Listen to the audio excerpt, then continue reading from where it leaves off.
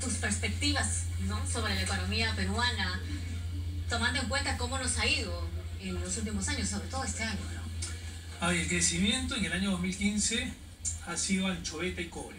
Ya.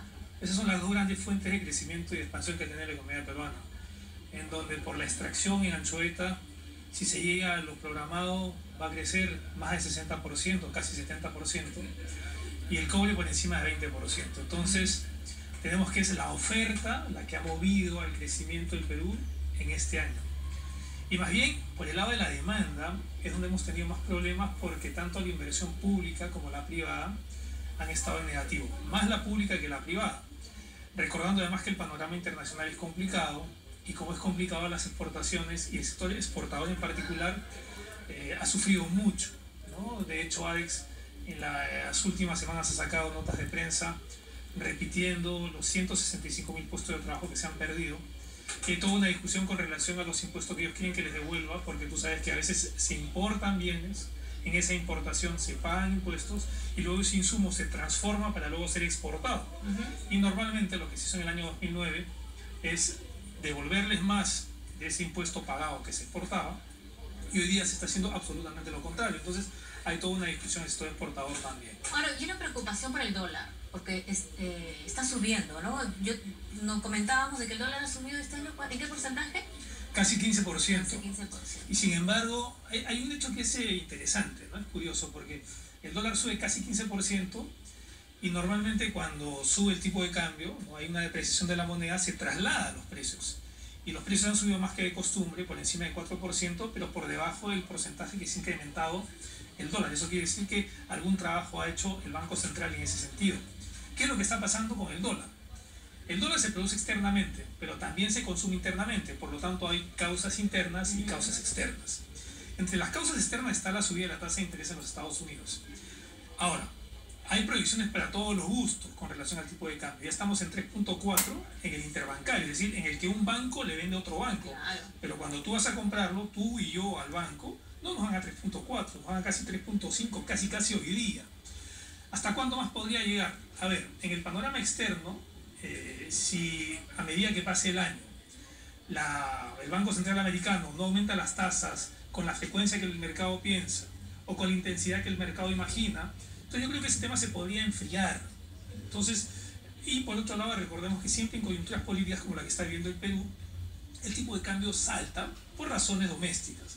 Entonces, como en el segundo semestre ya se va a saber qué hace el Banco Central Americano con la tasa de interés y cuál fue el resultado de las elecciones en el caso del Perú, yo creo que se podría enfriar más que calentar hacia el final del año. Entonces, recordando también que el proceso de dolarización de la economía peruana es lento para mi gusto. O sea, hay un proceso de desdolarización con relación a los créditos, es cierto, pero todavía es muy lento, y por eso es que se preocupa mucho quienes tienen créditos vehiculares o créditos hipotecarios, porque si sube la tasa de interés, la está subiendo el Banco Central Americano y el Banco Central Peruano, es para que los bancos también la suban. Entonces, si tú tomas un crédito en dólares, tú estás pagando más tasa de interés en moneda extranjera y estás pagando a la vez más soles por el mismo dólar. Entonces, tiene fuentes de preocupación. Yo creo que con el tipo de cambio hay que estar observándolo, se podría disipar hacia el final del año. Y con relación a los créditos, el Banco Central debería hacer un trabajo más intenso para desdolarizar la economía, ¿no?, que es algo que todos decíamos en el tiempo, recordando que en el año 98, 80% de la liquidez de la economía peruana estaba en dólares, ¿no? Ahora, se viene un nuevo gobierno, ¿y qué esperas? Porque de hecho, si bien hay un sector de la población que todavía es optimista, ¿no?, a todos no nos ha ido bien este año, nos ha afectado nuestro bolsillo, hemos visto mermados nuestros ingresos porque todo sube y no hay aumento de sueldos. ¿Qué esperarías tú del nuevo ministro de Economía? Porque del saliente ya no se puede esperar mucho, o todavía puede hacer algo. Tú estás de amarillo, así que eso quiere decir de la buena suerte. Siempre la buena suerte está ahí, ¿no? Ajá. Pero pase lo que pase, yo creo que en agosto o en septiembre, sea quien sea presidente, va a aplicar un shock de inversiones. Es lo que yo creo que va a pasar, porque si tú revisas los planes de gobierno, en todos los casos te hablan de un shock de inversiones empezando los gobiernos en los primeros 100 días. Y la inversión es precisamente lo que este año se ha caído, además de las exportaciones. Ahora, si China, fíjate tú, ya no crece a 7, 8, 9 o 10, está por debajo. Además con datos muy curiosos, porque Citibank a nivel internacional cuestiona la tasa de crecimiento de China, los bancos franceses cuestionan la tasa de crecimiento de China. Yo siempre miro la tasa de crecimiento de la economía y la tasa de crecimiento y consumo de la electricidad.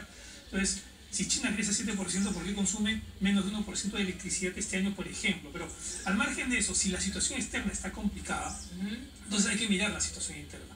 Y en la situación interna, en el muy corto plazo, están los factores de demanda. Y en los factores de demanda, tú tienes a la inversión que se ha caído, que esperamos que se recupere. El Banco Central dice que la pública se va a recuperar y que la privada, más bien, todavía no se va a recuperar.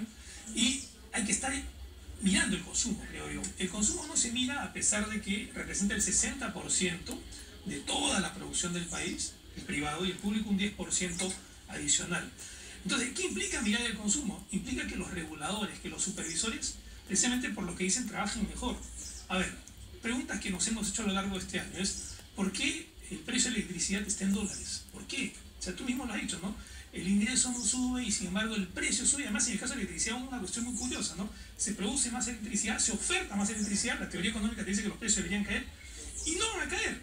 Al contrario, han subido casi 20% y ahora sabemos que la van a exportar. Entonces, un supervisor tendría que estar chequeando eso para aligerar el bolsillo a la población.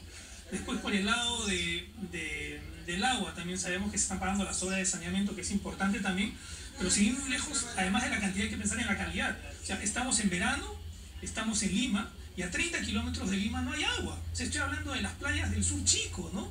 Es las de Lurín.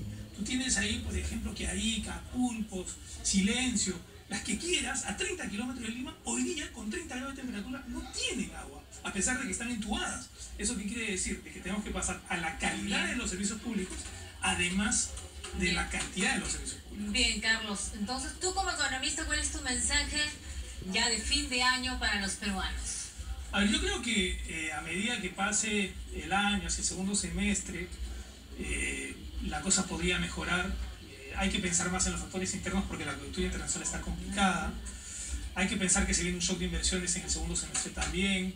Hay que pensar que los supervisores podrían trabajar mejor para aligerar los bolsillos de los peruanos. Hay que imaginar también que las autoridades económicas van a seguir siendo serias en lo que tienen que hacer. Y ahí hay una pregunta que surge, ¿no?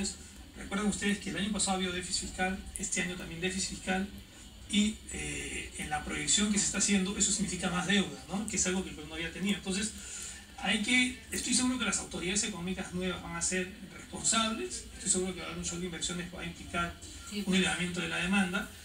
No hay que descuidar la actividad minera porque es el único factor de crecimiento que tenemos ahora. Pero está paralizado, ¿no? O sea, las inversiones en el sector minero. La producción, claro, eso es cierto. Es decir, si la inversión privada se ha caído en 6%, es porque la inversión minera se ha caído en 9%. ¿No? Son otros sectores que han evitado una caída mayor. Pero hay que recordar algo. El año pasado, este año el crecimiento es explicado por la minería. El año que viene, que es mañana, empieza mañana, va a ser explicado también por la minería. Hay que cuidarla, hay que protegerla y hay que recordar una cosa, ¿no? Que son licencias sociales, que son población, y la estabilidad social combinada con el crecimiento económico debería, ¿no?, llevar a crecer. Muy bien, Carlos. Bueno, y que el ciudadano de a pie no se gaste toda su gratificación, aunque estoy seguro que ahorita ya no tienen nada. Paguen sus deudas, por favor, aprovechen ese dinerito. Hay algunos que también están gastando toda la disponibilidad de la CTS. ¿Eso es permanente, estos plazos que estableció el Ministerio de Economía? ¿O se depende del nuevo gobierno, cambiar las reglas? Hay que procurar de que no se modifiquen. ¿Por qué? Porque recuerda que si estamos en tiempos complicados, si alguien se queda sin trabajo, la previsión para ese trabajo, precisamente disponer de esos recursos que, dicho sea de paso, son los que más interés reciben. O sea, si tú no tocas tu CTS, pueden ganar hasta 7.5% dependiendo de la institución, ¿no? Muy bien. Muy bien, Carlos Urrunaga, muchas gracias y que tengas un feliz año. Feliz año a ti también, feliz año a todos. Muchas gracias. Bien, vamos a hacer una brevísima